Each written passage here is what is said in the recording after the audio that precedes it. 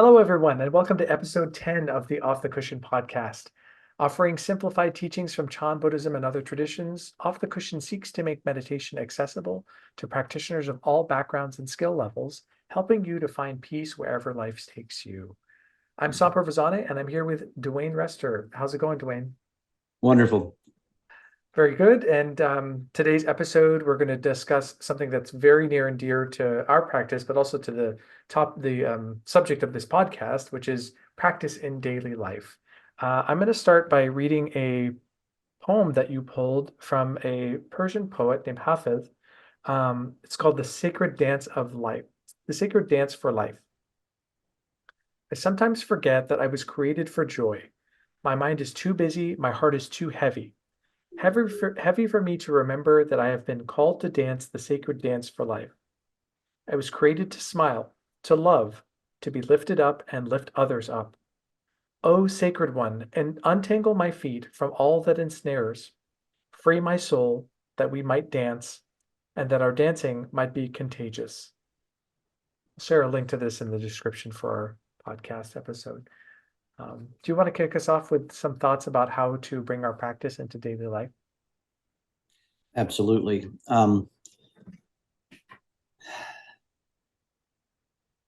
The thing about meditative practice is so that we can become aware of our mental activity.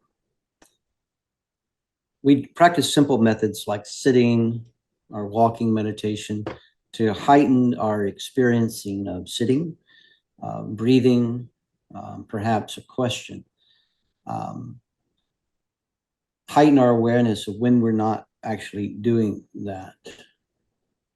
So that when we go into daily life, and this is the trick, I think, that is unique to Zen or Chan, perhaps not, but my take on it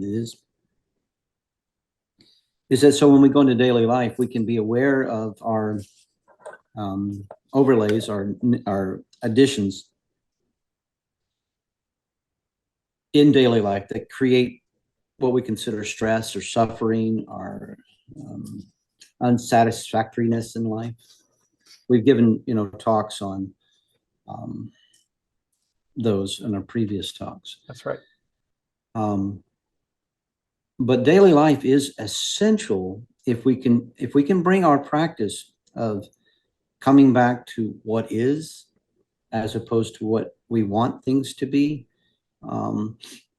That's essential to keep breaking these tentacles of self, our preferences, our ideas, moment to moment to moment. Just keep doing that. I think we talked about like the 1 minute Zen practice, and we'll probably get into that. I'm just giving kind of an overall that this sacred dance of life. Now, this was written, was the 14th century. What are we talking about that? When you hear some of these mystical poets say something like that, the sacred dance of life, meaning that in between all of our conceptualizations, our own preferences, and someone else's ideas and preferences and priorities and beliefs, in between those different personalities is reality, is what's actually happening. I know we've all heard the old saying that, there's two sides to every story. Well, in my life, I've learned actually there's three sides to every story. There's yours, mine, and then the actual truth. Doesn't mean it's going to be something fantastic, but my truth, your truth, neither one of those are actually true. They're true based on our experiences, our reality, our memories, our preferences, and all of those. And if I have this truth and you have this truth, we automatically have division. When we have division, we have conflict. When we have conflict, we have all sorts of problems. Does that mean that we want to just have no preference, no personality, no ideas. No.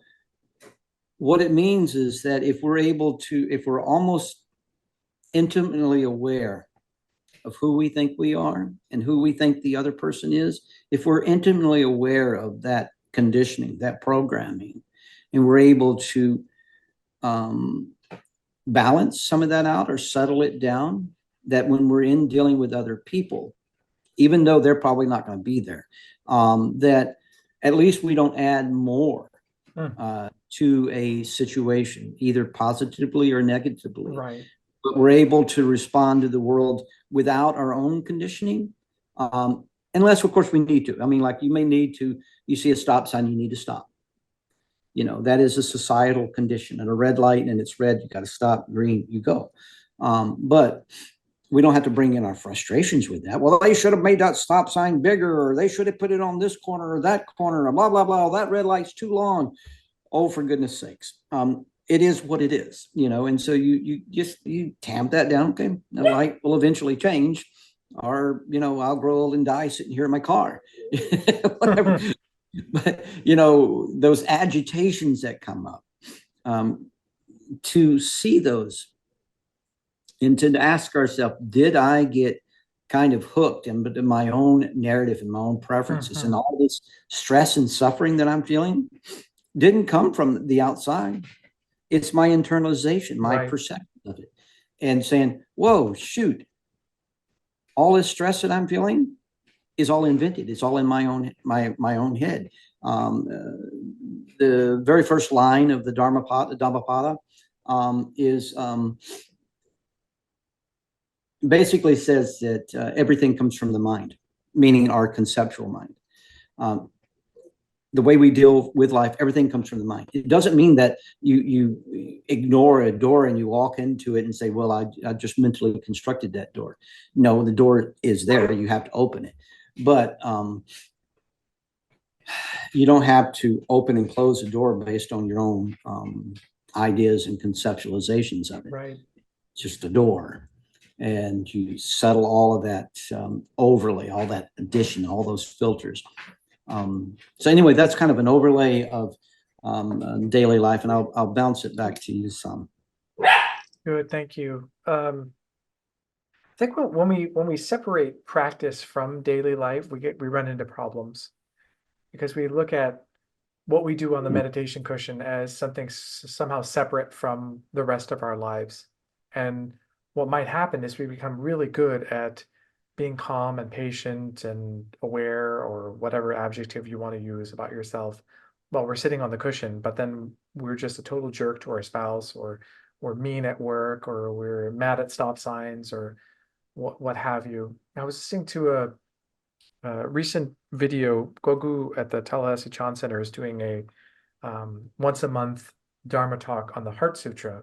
Yeah. And in one of the episodes, I think it was episode 9, he was talking about the potential to watch our wandering thoughts when we're meditating, and to see what our responses are to our wandering thoughts, because that's how we're going to respond to everything else, to everyone else. However we respond, whether we reject them or we embrace them, whatever, that's how we're going to interact with others. And I think that's a really helpful frame for understanding how practice and daily life are not different. They're not separate. That the meditation cushion, I think you called it at some point a pop quiz. Yeah. That's when you sit down, that's almost like your laboratory to see what's going on. But when you're in daily life, that's when you're putting the practice in practice, so to speak. And every moment is an opportunity for practice. Well, we'll talk about 1 minute Sean in a moment, but I just want to read. So sometimes I write more clearly than I can extemporize. So just going to read a little bit from uh, an article that I wrote for Lion's Roar. I will link it in the description. This was about martial arts and bringing Zen into martial arts, but it's really about Zen in daily life, or Chan in daily life. And so what I would offer is I propose harmonizing the spirit of Zen within every aspect of daily life, including martial arts training. One popular application of Zen practice is that of mindfulness in everyday activities, such as washing dishes, working out, doing laundry, and so forth. It trains the mind to focus on whatever the body is doing, making every activity an opportunity for meditation. Proficient martial artists tend to be skilled at this, developing single-pointed concentration by wholly engaging and rehearsing their kata or choreographed movements. Yet this single-minded focus, while beneficial for developing concentration, is not enough to fully bring Zen practice into one's life. Rather, concern for the well-being of others must be brought to bear at any given moment, fulfilling both the essence and function of silent illumination in everyday activities. So what I'd suggest is that if we have a meditation practice, let's say mindfulness, and we sit and we watch the breath, or we're doing silent illumination or another method, it's all well and good to bring that practice in our daily life and find places where we can still the breath, do some direct contemplation, looking at a scene or listening to a sound, um, focus the mind and body on washing the dishes or doing a mindful walk or whatever we're doing. But in some ways, and I don't want to downplay that, I think that's important, but in some ways that can lean into our self-aggrandizement. It can lean into this inflated self of me thinking I'm such a great meditator and I'm just, so zen, and I'm just like um, you know, picturesque a model of Zen meditation. And we're on our mindful walk and somebody asks us a question and we ignore them, or we like, give them a frowny face because we were so deep in meditation. That's really not putting our practice in practice. The more, the better we can attempt to stay present with whatever we're doing, even if that's being interrupted while we're meditating, even if that's being cut off on the freeway, even if that's sitting at a stop sign or a stoplight that's taking too long. I think that's one really good approach at both ends of the meditation project. One is the mindfulness or the silence, and the other one, which is the illumination or the compassion, what comes out of that silence. Mhm. Mhm. Do you want to Mm. talk about maybe 1 minute, Chan, or Yeah, okay. All how right. to go about that? Right. And so to kind of segue off what you just said, one of the words that you may hear tossed about in the different traditions is samadhi, which is a very deep dive in single pointed focus. And people may sit, for an hour or a day, or sometimes even much longer, and be very, samadhi is basically meditative absorption based on single pointed focus. And so you're very highly aware if the mind moves away and you come back. Until finally the mind is just quiet, very alert, but quiet. Which sounds like a really good thing. Unfortunately, for a lot of folks, that if they come up out of samadhi and they go and get themselves a hot cup of tea, and the cup's too hot and it burns their hand, they go like, "Oh, damn it! There goes your samadhi. There goes your samadhi." One of the things that we practice in our tradition, and I'm getting to the 1 minute in, is that we may only sit for 30 minutes or 45 minutes, and then we'll get up and maybe do walking, and then go sit again. We get up, we kind of break that cycle of meditative absorption, so that, and try to stay within meditation, meaning, so you get up out of sitting and you do the self massage. But when you do the self massage, you do the self massage.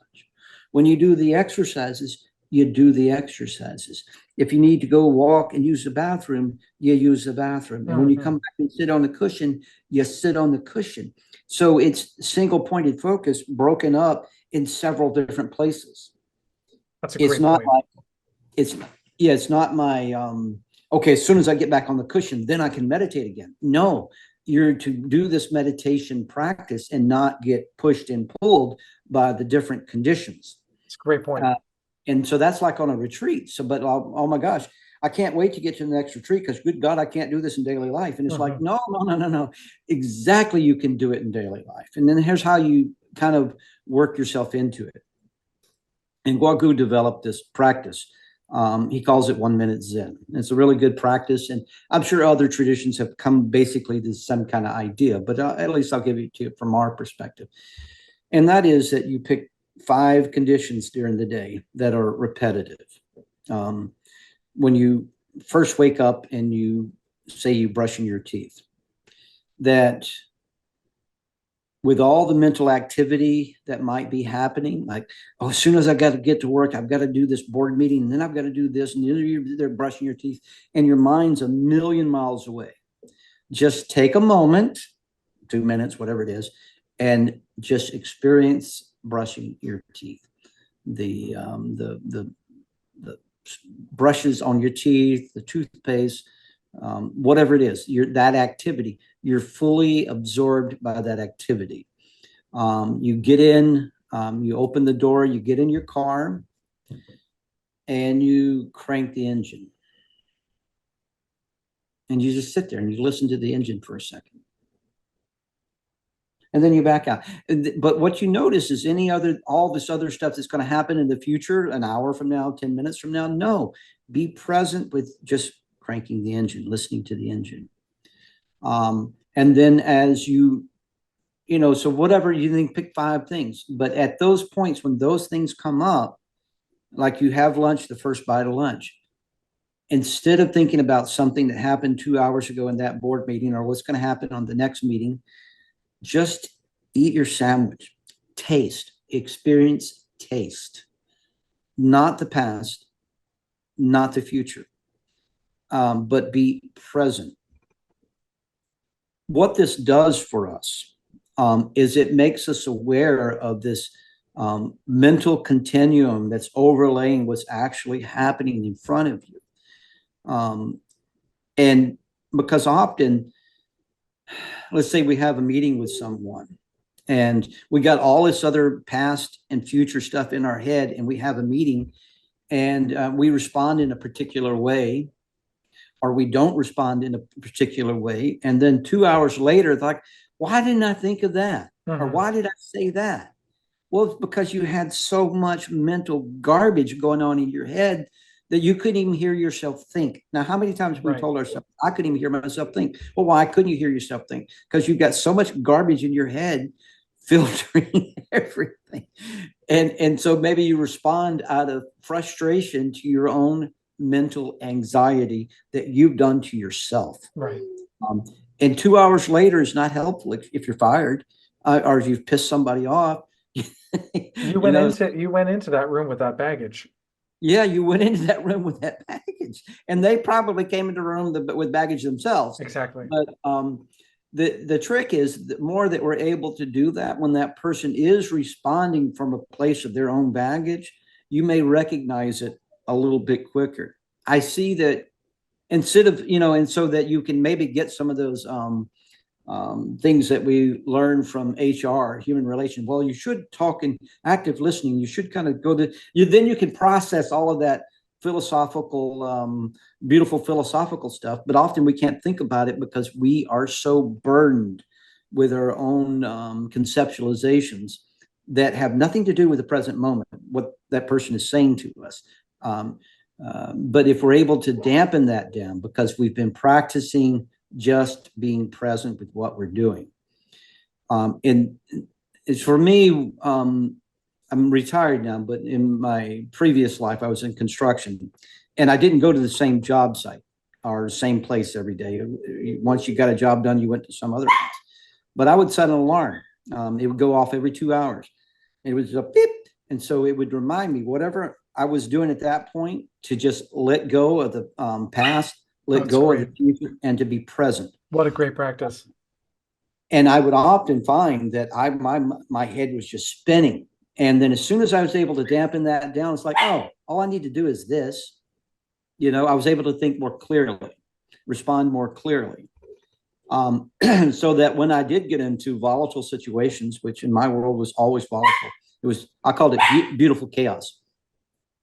but to be aware of the chaos that is being presented to me without my own overlays, without my own anxieties, but to respond to things more purely.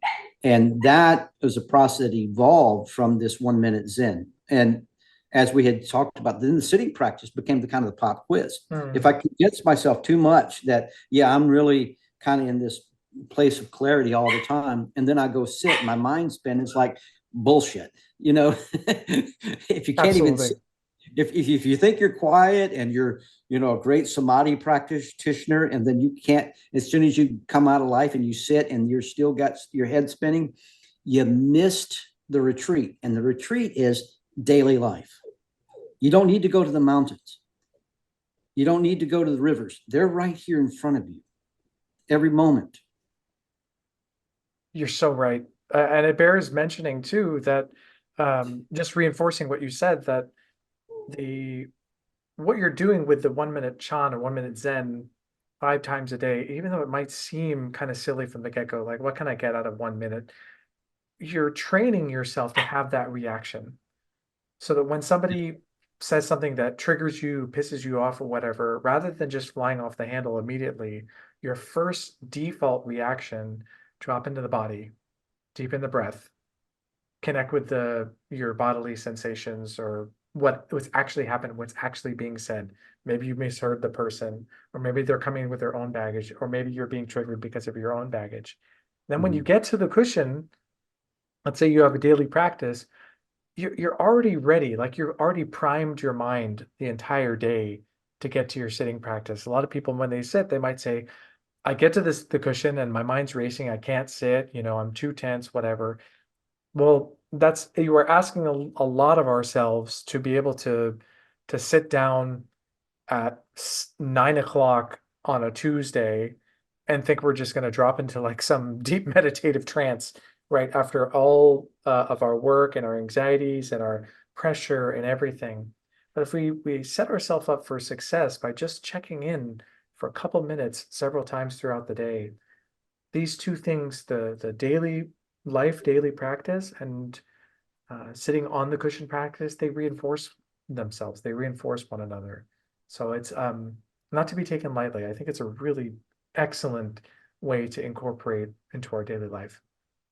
You mentioned something that I failed to mention, and it's because it's become so much a part of my practice that I sometimes forget to mention, and that's recognizing our own bodily sensations.